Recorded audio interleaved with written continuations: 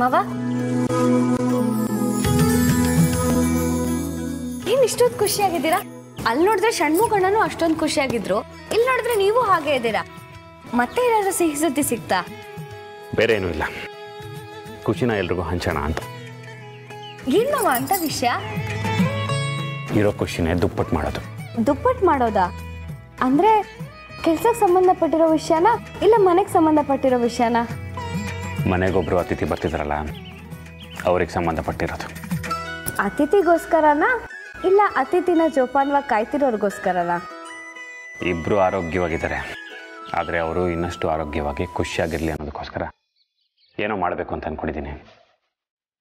ಇದನ್ನು ಸರ್ಪ್ರೈಸ್ ಕೊಡಬೇಕು ಅಂತ ಅಂದ್ಕೊಂಡಿದ್ದೆ, ಆದರೆ ಹೇಳ್ಬಿಡೋಣ ಅಂತ ಅನಿಸ್ತು. ಅದೇನು ಅಂತ ತಿಳ್ಕೊಳ್ಳೋದಕ್ಕೆ ಕಾಯ್ತಿದ್ದಾರೆ, ಬೇಗ ಹೇಳಿ. ನಾಳೆ ನಮ್ಮ ಮಗುಗೋಸ್ಕರ ಒಂದು ಫಂಕ್ಷನ್ ಇಟ್ಕೊಳ್ಳೋಣ ಅಂತ.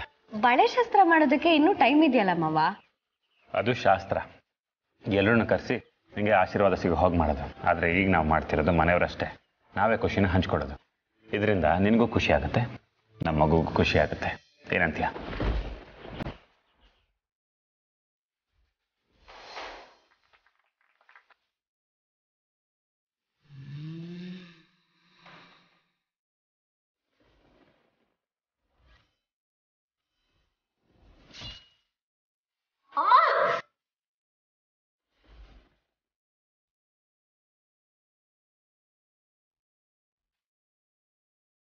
ಫಂಕ್ಷನಾ? ಹೌದು. ನಿಮ್ಗೇನಾದ್ರೂ ಬುದ್ಧಿ ಇದೆಯಮ್ಮ? ನೀವು ಸಾಯಿಸ್ದೋಳೊಬ್ಳು ಮತ್ತೆ ಹುಟ್ಟು ಬರ್ತಿದ್ದಾಳೆ ಅಂದ್ರೆ ಅವಳಿಂದ ನಿಮ್ ಜೀವಕ್ಕೆ ಏನಾದ್ರು ಅಪಾಯ ಇದೆ ಅಂತ ಯೋಚನೆ ಮಾಡೋದ್ ಬಿಟ್ಟು ಸಂಭ್ರಮ ಮಾಡಕ್ ಹೊರಟಿದ್ದೀರಲ್ಲ. ನಿನಗೆ ಕೃಷ್ಣ ಮತ್ತೆ ಕಂಸನ್ ಕತೆ ಗೊತ್ತಿಲ್ಲ ಅನ್ಸತ್ತೆ. ಕಂಸನ್ ಸಾವು ಕೃಷ್ಣನಿಂದ ಅಂತ ಕಂಸನ್ ಗೊತ್ತಾದಾಗ ಅದನ್ನ ತಡೆಯಕ್ಕೆ ಅವನು ಎಷ್ಟೇ ಪ್ರಯತ್ನ ಪಟ್ಟರು ಆಗ್ಲಿಲ್ಲ. ಯಾಕೋ ಅದೇ ಕತೆ ನಮ್ಮನೇಲೂ ರಿಪೀಟ್ ಆಗೋ ಹಾಗಿದೆ. ಅಂದ್ರೆ ಏನ್ ನಿನ್ ಮಾತಿನ ಅರ್ಥ? ನಾನು ಕಂಸ, ಬೆಳ್ಳಿ ಹೊಟ್ಟೆಲ್ ಹುಟ್ಟಿರೋ ಮಗು ಕೃಷ್ಣ, ಅದು ನನ್ನನ್ನೇ ಸಂಹಾರ ಮಾಡಕ್ ಬರ್ತಿದೆ ಅಂತ ಹೇಳ್ತಿದೀಯಾ? ಹೇಳ್ತಾ ಇಲ್ಲ, ಎಚ್ಚರಿಕೆ ಕೊಡ್ತಾ ಇದ್ದೀನಿ. ನನ್ನನ್ನೇನ್ ಮಾಡು ಅಂತ್ಯ? ಚಿತ್ರನ್ ಕೊಂದಿದ್ ನಾನೇ ಅಂತ ಎಲ್ಲರ ಹತ್ರ ಹೇಳ್ಬಿಡ್ಲಾ? ಅಲ್ಲ, ಸತ್ಯ ಏನು ಅಂತ ತಿಳ್ಕೊ ಅಂತಿದ್ದೀನಿ. ಚಿತ್ರನ್ನ ಸಾಯಿಸ್ಬೇಕಾದ್ರೆ ನೀಲ್ಕಂಠ್ ಮಾವ ಇದ್ರು, ಭೈರ ಇದ್ದ. ಆದ್ರೆ ಈಗ ಅವರಿಬ್ರದ್ದು ಕೊಲೆ ಆಗಿದೆ. ಇನ್ನು ಉಳ್ದಿರೋದು ನೀನೊಬ್ಳೆ. ಕಂಸ ಯಾವ ಮಗುವಿಂದ ತನ್ನ ಸಾವಾಗತ್ತೆ ಅಂತ ಗೊತ್ತಿಲ್ಲದೆ ಎಲ್ಲ ಮಕ್ಕಳನ್ನು ಕೊಂದ. ನೀನು ಹಾಗೆ ಬೆಳ್ಳಿ ಹೊಟ್ಟೆಲಿರೋ ಮಗುನ ಕೊಂದು ಬಿಡು. ಚಿತ್ರ ಮತ್ತೆ ಹುಟ್ಟು ಬರ್ತಾಳೆ ಅಂತ ಹೇಳಿದ್ದಾರೆ. ಅವಳು ಈ ಭೂಮಿ ಮೇಲೆ ಬರಕ್ಕೆ ಯಾವುದೇ ಕಾರಣಕ್ಕೂ ಬಿಡಬಾರ್ದು ಅಮ್ಮ. ಬೆಳ್ಳಿ ಹೊಟ್ಟೆಲಿರೋ ಮಗುನ ಸತ್ ಹೋಗೋ ತರ ಮಾಡ್ಬೇಕು.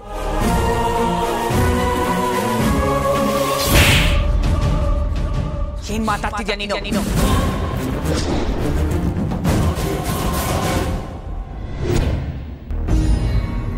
ಯಾಕೆ ಬೆಳ್ಳಿ, ನಾನು ಈಗಲೇ ಹೇಳ್ಬಾರ್ದಾಗಿತ್ತ?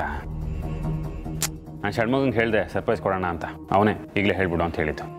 ಈಗಲೇ ಹೇಳಿದ್ಕೆ ಅರ್ಧ ಖುಷಿ ಇಲ್ಲೇ ಹೋಯ್ತು ನೋಡು. ಈ ಫಂಕ್ಷನ್ ಮಾಡೋದ್ರಿಂದ ನಾನು ಖುಷಿಯಾಗಿರ್ತೀನಿ ಅಂತ ಯಾರು ಹೇಳಿದ್ದು?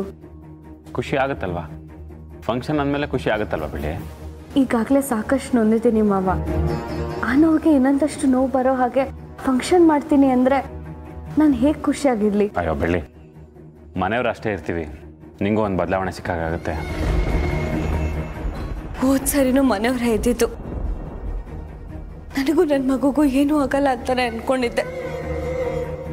ಆದರೆ ಕೊನೆಗೇನಾಯ್ತು? ಮಾಯಕ ಬಂದು ವಾಸಿನೇ ಆಗ್ತಿರೋ ಹಾಗೆ ದೊಡ್ಡ ಗಾಯ ಮಾಡಿ ಹೊರಟೋದ್ರು. ಈಗಲೂ ನನಗದ್ರಿಂದ ಆಚೆ ಬರೋಕ್ಕಾಗ್ತಿಲ್ಲ ಮಾವ. ಎಲ್ಲರೂ ಮುಖ ನೋಡಿಕೊಂಡು ಧೈರ್ಯವಾಗಿದ್ದೀನಿ ಅಷ್ಟೇ. ಬೆಳ್ಳಿ, ನಾವು ಮುಂದಿನ ಜೀವನದ ಬಗ್ಗೆ ಯೋಚನೆ ಮಾಡಬೇಕು. ಆಗಲೇ ತಾನೇ ಹಳೆ ಕಹಿ ಘಟನೆಗಳನ್ನ ಮರೆಯೋದಕ್ಕಾಗೋದು. ನೀನಿನ್ನೂ ಅದನ್ನೇ ಯೋಚನೆ ಮಾಡ್ಕೊಂಡು ಕೂತ್ಕೊಂಡ್ರೆ ಹೇಗೆ? ಬೆಳ್ಳಿ, ಬದಲಾಗಬೇಕು. ಬದಲಾವಣೆ ಒಳ್ಳೆಯದು, ಅದೇ ತಾನೇ ಜಗದ ನಿಯಮ. ನೀವು ನನ್ನನ್ನು ಒಪ್ಸೋದಕ್ಕೆ ಎಷ್ಟೇ ಪ್ರಯತ್ನ ಪಟ್ಟರು ಈ ಫಂಕ್ಷನ್ ಮಾಡೋದ್ರಿಂದ ನನಗೆ ಖುಷಿ ಆಗಲಿ ಸಂತೋಷ ಆಗಲಿ ಆಗಲ್ಲ. ಮಾಡಿರೋ ಪಾಪನ ಕಳ್ಕೊಳ್ಳೋದಕ್ಕೆ ಒಂದು ಅವಕಾಶ ಸಿಕ್ಕಿದೆ ಅಂತ ನಾನು ಅನ್ಕೊಂಡ್ರೆ ಬೆಳ್ಳಿ ಹೋಟೆಲ್ ಬೆಳೀತಾ ಇರೋ ಮಗುನ ಕೊಂದುಬಿಡು ಅಂತ ಹೇಳ್ತೀಯಾ? ನೀನು ನಿಜವಾಗ್ಲೂ ಮನುಷ್ಯಲ? ಮನೆಯಲ್ಲೆಲ್ಲರೂ ಎಷ್ಟು ಅನ್ಯೋನ್ಯವಾಗಿದ್ದಾರೆ. ನಿನ್ನ ಹೋಟೆಲ್ ಅಂತೂ ಮಗು ಹುಟ್ಟಲಿಲ್ಲ, ಬೇರೆ ಹೋಟೆಲ್ ಮಗು ಹುಟ್ಟಿದ್ಯಲ್ಲ, ಅದನ್ನ ಕೊಂದ್ಬಿಡು ಅಂತೀಯಲ್ಲ. ನಾಚಿಕೆ ಆಗದ ನಿನಗೆ? ನಿನಗೆ ಈ ದುರ್ಬುದ್ಧಿ ಇರೋದಕ್ಕೆ ದೇವ್ರು ಇನ್ನು ನಿನ್ನ ಬಂಜೆ ಆಗಿಟ್ಟಿರೋದು. ಅಮ್ಮ, ಮುಚ್ಚು ಬಾಯ್. ಅದಕ್ಕೆ ದೊಡ್ಡವ್ರು ಹೇಳೋದು ಮಕ್ಕಳಿಗೆ ಒಳ್ಳೆ ಬುದ್ಧಿ ಹೇಳ್ಕೊಡ್ಬೇಕು ಅಂತ. ನಾನ್ ನಿನಗೆ ಕೆಟ್ಟ ಬುದ್ಧಿ ಹೇಳ್ಕೊಟ್ಟು ಈಗ ನೀನು ಬದಲಾಗದೇ ಇರೋ ಸ್ಥಿತಿಗೆ ಹೋಗಿದೀಯಾ. ನೀನು ಬೆಳ್ಳಿ ಹೊಟ್ಟೆಲ್ ಬೆಳಿತಿರೋ ಮಗುನ ಸಾಯಿಸಬೇಕು ಅಂತ ಹೊರಟಿದೀಯಲ್ಲ, ಈ ವಿಚಾರ ಏನಾದ್ರೂ ಮುತ್ತು ಗೊತ್ತಾದ್ರೆ ಏನಾಗುತ್ತೆ ಅಂತ ಗೊತ್ತಾ ನಿನಗೆ? ನನ್ನ ಒಡ ಹುಟ್ಟಿದವಳೆ ನನಗೆ ದ್ರೋಹ ಬಗೆದಿದ್ದಾಳೆ ಅಂತ ನೊಂದ್ಕೊಳ್ಳಲ್ವಾ? ಪಾಪ ಬೆಳ್ಳಿ ಮೊದಲೇ ಒಂದು ಮಗುನ ಕಳ್ಕೊಂಡು ಸಂಕಟದಲ್ಲಿದ್ದಾಳೆ. ಈಗ ಅವಳಿಗೆ ಸಹಾಯ ಮಾಡ್ಕೊಂಡು ಚೆನ್ನಾಗಿರೋದು ಬಿಟ್ಟು ಅವಳಿಗೆ ಕೇಡ್ ಬಯಸ್ತೀಯ. ನೋಡು, ಆದಷ್ಟು ಬೇಗ ಒಳ್ಳೆ ಬುದ್ಧಿ ಕಲಿ. ಇಲ್ಲದೆ ಹೋದ್ರೆ ನನ್ನ ಮಗಳು ಅನ್ನೋದು ಕೂಡ ನಾನು ನೋಡೋದಿಲ್ಲ. ಇಲ್ಲಿ ತನಕ ಎಷ್ಟೋ ಕೆಟ್ಟದನ್ನ ಮಾಡ್ಕೊಂಡು ಬಂದಿದ್ದೀನಿ. ಆಸ್ತಿಗೋಸ್ಕರ ಎಷ್ಟೊಂದು ಕೊಲೆಗಳನ್ನ ಮಾಡಿದ್ದೀನಿ. ಈಗ ನಾನು ಒಳ್ಳೇದು ಮಾಡಬೇಕು ಅನ್ನೋ ಆಲೋಚನೆಯಲ್ಲಿದ್ದೀನಿ. ಇದಕ್ಕೋಸ್ಕರ ನನ್ನ ಮಗಳ ಪ್ರಾಣ ತೆಗೆಯೋದಕ್ಕೂ ನಾನು ಹಿಂದೆ ಮುಂದೆ ಯೋಚನೆ ಮಾಡೋದಿಲ್ಲ.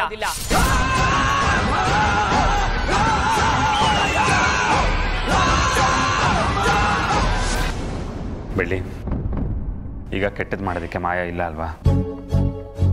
ಕೆಟ್ಟದ್ ನಡಿಬೇಕು ಅಂದ್ರೆ ಕೆಟ್ಟದ್ ಮಾಡೋರೇ ಇರ್ಬೇಕು ಅಂತ ಏನೂ ಇಲ್ಲ.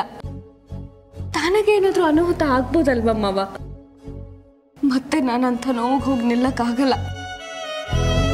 ನೋಡಿ, ಈಗ ಈ ಫಂಕ್ಷನ್ ಮಾಡಲೇಬೇಕು ಅಂತ ಏನಿಲ್ಲ. ನನಗೆ ಅನ್ನಿಸ್ದಾಗ ನಾನೇ ಬಂದು ನಿಮ್ಮ ಹತ್ರ ಹೇಳ್ತೀನಿ. ಕೆಟ್ಟದ್ದೇ ಆಗುತ್ತೆ ಅಂತ ಯಾಕೆ ಅನ್ಕೋಬೇಕು? ಒಳ್ಳೇದು ಆಗ್ಬೋದು. ನಾವೆಲ್ಲರೂ ಸೇರಿ ಚಿತ್ರನ ಭರ್ಜರಿಗೆ ಸ್ವಾಗತ ಮಾಡೋಣ ಅಂತ ಅಂದ್ಕೊಂಡಿದ್ದೀವಿ. ಬೆಳಿ, ಇನ್ನೊಂದು 5 ತಿಂಗಳಿಗೆ ಬಳೆ ಶಾಸ್ತ್ರ ಬರುತ್ತೆ. ಅದಾದಮೇಲೆ ಇನ್ನೊಂದು ಶಾಸ್ತ್ರ ಬರುತ್ತೆ, ಮತ್ತೊಂದು ಶಾಸ್ತ್ರ ಬರುತ್ತೆ. ಈ ಫಂಕ್ಷನ್ ಮಾಡೋದಕ್ಕೆ ಮತ್ತೆ ಟೈಮೇ ಸಿಗಲ್ಲ. ಅದಕ್ಕೆ ಈಗ ಹಳೆದಿನೆಲ್ಲ ಮರೆತು ಖುಷಿಯಾಗಿರೋದ್ರ ಬಗ್ಗೆ ಯೋಚನೆ ಮಾಡಬೇಕು, ಸರಿನಾ? ಬೆಳ್ಳಿ, ನಮಗೆ ದೇವರ ಅನುಗ್ರಹ ಇದೆ. ಆ ದೇವ್ರು ಖಂಡಿತವಾಗ್ಲೂ ನಮ್ಮನ್ನು ಕಾಪಾಡ್ತಾನೆ. ನಮ್ಮ ಮಗುಗೆ ಶಕ್ತಿ ಕೊಟ್ಟು ಈ ಭೂಮಿಗೆ ಬರೋ ಹಾಗೆ ಮಾಡ್ತಾನೆ. ಧೈರ್ಯವಾಗಿರು. ನಾಳೆ ನಾವೇ ಎಲ್ಲರೂ ಸೇರಿ ಒಂದು ಸಣ್ಣದಾಗಿ ಫಂಕ್ಷನ್ ಮಾಡೋಣ.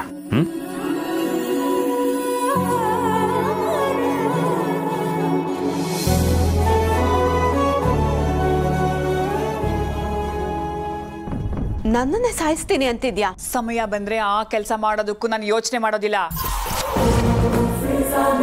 ಮುತ್ತು ಬೆಳ್ಳಿ ಚೆನ್ನಾಗಿರ್ತಾರೆ ಅಂದ್ರೆ ನಿನ್ನ ಸಾವು ನನ್ನಿಂದನೇ ಅಂತ ತಿಳ್ಕೊ. ಆ ಮಟ್ಟಕ್ಕೆ ನೀನು ಇಳಿಯೋದಿಲ್ಲ ಅಂತ ಅನ್ಕೊಂಡಿದ್ದೀನಿ. ನೀನು ಏನೇ ಮಾಡಿದ್ರು ಅದು ನನಗೆ ತಿಳಿಯುತ್ತೆ. ಬದಲಾಗು. ಎಲ್ರ ಜೊತೆ ಚೆನ್ನಾಗಿ ಬದುಕೋದನ್ನ ಕಲ್ತ್ಕೊ. ನನ್ನ ಕಣ್ಣುಗಳು ಯಾವಾಗ್ಲೂ ನಿನ್ನ ಮೇಲೆ ಇರುತ್ತೆ. ಹುಷಾರ್.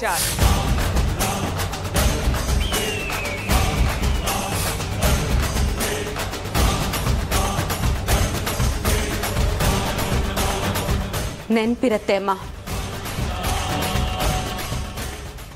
ನೀನ್ ಕೊಟ್ಟಿರೋ ಏಟು ಚೆನ್ನಾಗೆ ನೆನ್ಪಿರತ್ತೆ. ಆದಷ್ಟು ಬೇಗ ನಿನ್ನ ಹಳೆ ನೀಲಾಂಬರಿಯಾಗಿ ಬದಲಾಯಿಸಿ ಈ ಆಸ್ತಿನ ನಾನು ಕೈವಶ ಮಾಡ್ಕೊಳ್ಳಿಲ್ಲ ಅಂದ್ರೆ ನಾನು ನಿನ್ನ ಮಗಳು ಶರ್ಮಿಳಾನೇ ಅಲ್ಲ.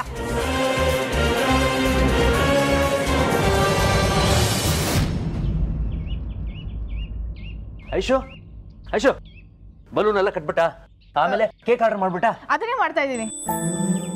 ಆಮೇಲೆ ಸ್ವೀಟ್ಸು ಅಡ್ಗೆ ಮಾಡ್ತಾರಲ್ಲ, ನೀನೇ ನೋಡ್ಕೋಬೇಕು, ಓಕೆನಾ? ಸರಿ. ಹೌದು, ಪೂಜೆಗೆ ಏನೇನು ಬೇಕೆಲ್ಲ ತಂದಿದ್ದೀರಾ? ಎಲ್ಲ ತಂದಿದ್ದೀನಿ. ಬೆಳ್ಳಿ, ಇನ್ನೂ ಏನಾದ್ರು ಬೇಕಪ್ಪ ಹೇಳ್ಬಿಡು, ನಾನು ಎಲ್ಲ ಮಾಡ್ಬಿಡ್ತೀನಿ.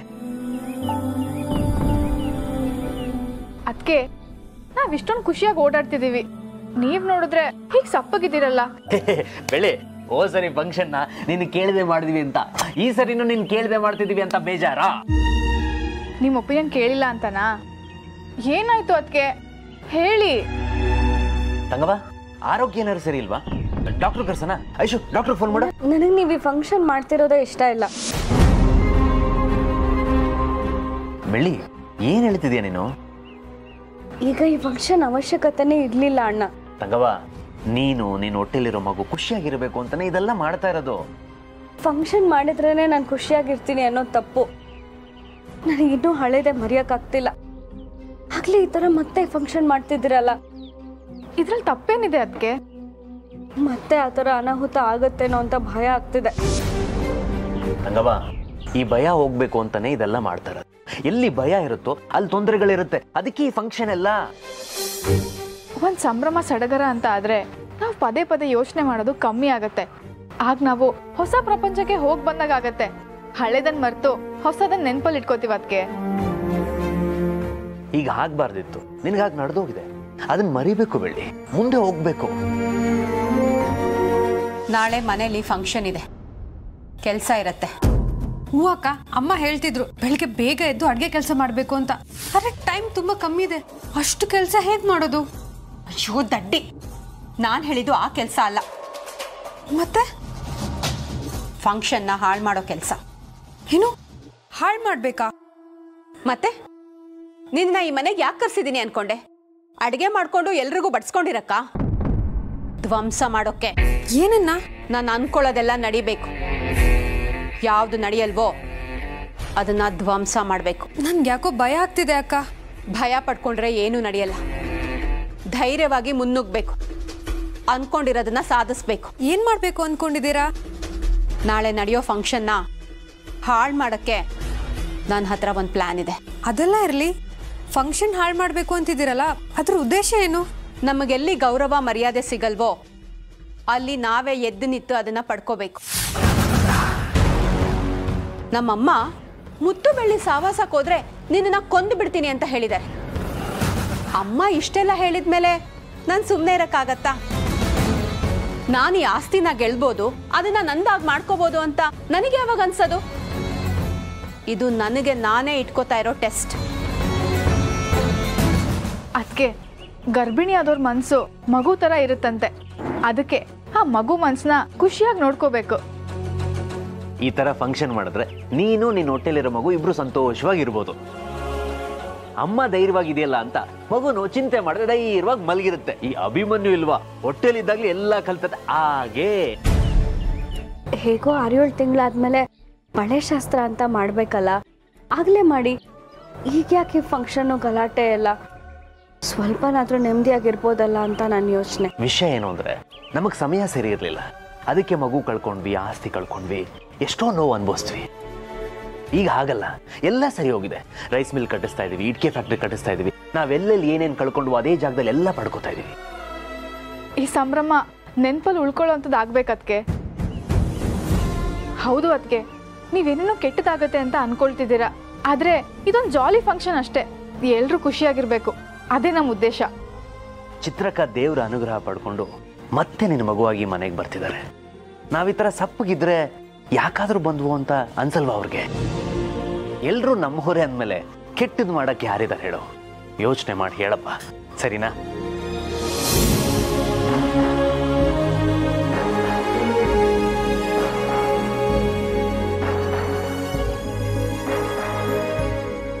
ಪ್ಲೀಸ್ ಅದಕ್ಕೆ ಯೋಚನೆ ಮಾಡಿ ಹೇಳಿ.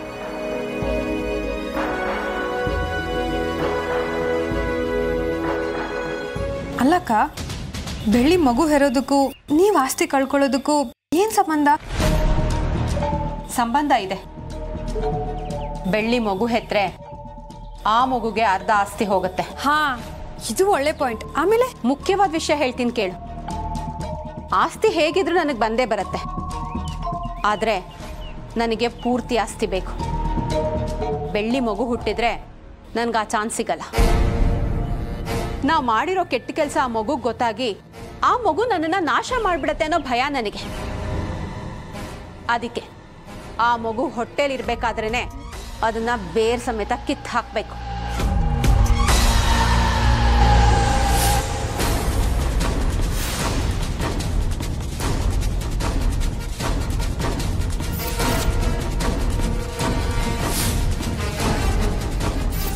ನೀವು ಟೆನ್ಷನ್ ಮಾಡ್ಕೋಬೇಡಿ ಅಕ್ಕ, ನಾನು ನೋಡ್ಕೊತೀನಿ.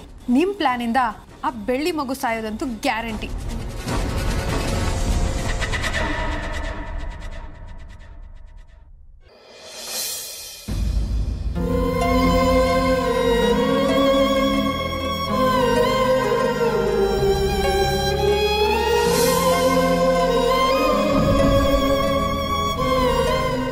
ಏನಿವತ್ತು ನನ್ನ ಮುದ್ದಿನ ಹೆಂಡತಿ ಏನು ಮಾತಾಡ್ತಿಲ್ವಲ್ಲ?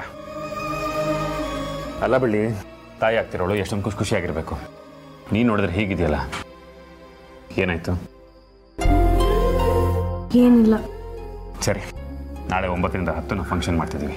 ಫಂಕ್ಷನ್ ಏನೇನು ತಯಾರಿ ಬೇಕೋ ಅದನ್ನೆಲ್ಲ ಷಣ್ಮುಗ ಮತ್ತು ಐಶು ಮಾಡ್ತಿದ್ದಾರೆ. ಈ ಫಂಕ್ಷನ್ನ ಮುಖ್ಯವಾಗಿ ಮುಂದೆ ನಿಂತು ನೋಡ್ಕೋತಿರೋದು ಯಾರು ಹೇಳು? ಯಾರು? ಚಿಕ್ಕಮ್ಮ. ಏನೇ ಆದರೂ ಸರಿ ಈ ಫಂಕ್ಷನ್ನ ಮಾಡಲೇಬೇಕು ಅಂತ ಚಿಕ್ಕಮ್ಮನೇ ಓಡಾಡ್ತಿದ್ದಾರೆ. ನಾನು ಯಾವ್ದು ಬೇಡ ಅಂತ ಹೇಳ್ತಿದ್ದೀನೋ ಎಲ್ಲರೂ ಅದನ್ನೇ ಮಾಡೋದಕ್ಕೆ ಎಲ್ಲ ತಯಾರಿನೂ ಮಾಡ್ಕೋತಿದ್ದೀರಾ. ಈ ಥರ ಮಾಡೋದ್ರಿಂದ ನನ್ನ ಮೇಲೆ ಒತ್ತಡ ಜಾಸ್ತಿ ಆಗುತ್ತೆ ಮಾವ. ಬಳ್ಳಿ, ನೀನು ಯಾಕೆ ಒತ್ತಡ ತಗೋಬೇಕು? ಅದು ಅಲ್ಲದೆ ನೀನು ಇದನ್ನೆಲ್ಲ ಮರೀಲಿ ಅಂತ ತಾನೆ ನಾವೆಲ್ಲ ಸೇರಿ ಫಂಕ್ಷನ್ ಮಾಡ್ತಿರೋದು. ನೀನು ನೋಡಿದ್ರೆ ಕೂತಲ್ಲೇ ಕೂತಿದ್ಯಾ. ನನ್ನೇನು ಒಪ್ಸೋಕೆ ಒಂದು ಕಡೆ ನೀವು, ಇನ್ನೊಂದು ಕಡೆ ಆ ಐಶು ಷಣ್ಮುಗಣ್ಣ. ಅತ್ತೆ ಹತ್ರ ಹೋಗಿ ಹೇಳೋಣ ಅಂದರೆ ಅವ್ರು ಈ ಫಂಕ್ಷನ್ ನಡೆಸೋಕೆ ಅಂತಲೇ ಓಡಾಡ್ತಿದ್ದಾರೆ. ನನಗೇನು ಮಾಡಬೇಕು ಅಂತಲೇ ಗೊತ್ತಾಗ್ತಿಲ್ಲ. ಬೆಳ್ಳಿ, ನಿನಗೆ ಬದಲಾವಣೆ ಬೇಕಾಗಿದೆ. ನೀನು ಮೊದಲು ಈ ಕಹಿ ಘಟನೆಯಿಂದ ಆಚೆ ಬರಬೇಕು.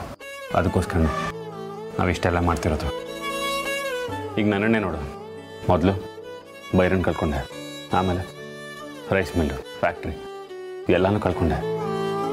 ಅದನ್ನೆಲ್ಲ ಮರೆಯೋದಕ್ಕಾಗಲ್ಲ, ಒಪ್ಕೋತೀನಿ. ಹಾಗಂತ ಅದನ್ನೇ ಯೋಚನೆ ಮಾಡ್ಕೊಂಡು ಕೂರೋದಕ್ಕಾಗತ್ತಾ? ಮುಂದೆ ಜೀವನದ ಬಗ್ಗೆ ಯೋಚನೆ ಮಾಡಬೇಕಲ್ವ? ನನಗೆ ಅರ್ಥ ಆಗುತ್ತೆ ಬೆಳಿ, ತಾಯಿ ಕರುಳು ಮರೆಯೋದಷ್ಟು ಸುಲಭ ಅಲ್ಲ ಅಂತ. ಹಾಗಂತ ಎಷ್ಟು ದಿನ ಅಂತ ಹೀಗೆ ಇರೋದಕ್ಕಾಗತ್ತೆ?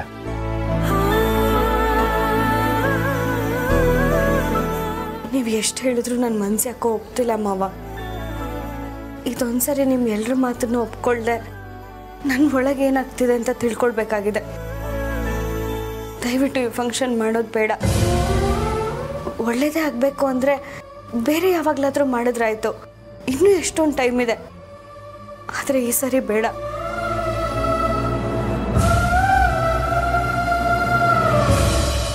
ಸರಿ, ನಿನ್ನ ಮನಸ್ಸಿಗೆ ಇಷ್ಟ ಆಗ್ತಿಲ್ಲ ಅಂದಮೇಲೆ ಬೇಡ ಬಿಡು ಮಾವ.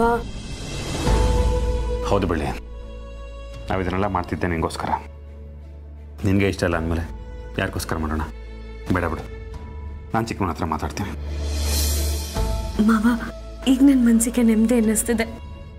ನೀವು ನನ್ನ ಮಾತಿಗೆ ಬೆಲೆ ಕೊಡ್ತೀರಾ ಅಂತ ನನಗೆ ಚೆನ್ನಾಗಿ ಗೊತ್ತು. ಸರಿ, ನೀನು ಮಲ್ಕೋ, ನಾನು ಹೋಗಿ ಚಿಕ್ಕಮ್ಮಂಗೆ ಹೇಳ್ಬರ್ತೀನಿ.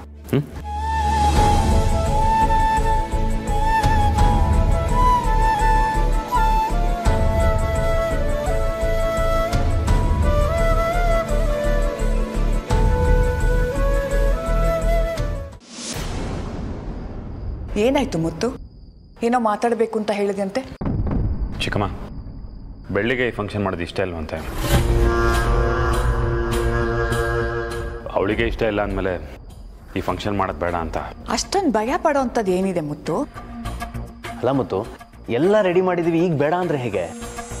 ಇದನ್ನು ಮೊದಲೇ ಹೇಳಿದ್ರೆ ಚೆನ್ನಾಗಿರ್ತಿತ್ತಲ್ವಾ? ಹೇಳಿದ್ಲು, ಆದರೆ ನಾವೇ ಸರಿಯಾಗಿ ಅರ್ಥ ಮಾಡ್ಕೊಳ್ಳಿಲ್ಲ ಅನಿಸುತ್ತೆ.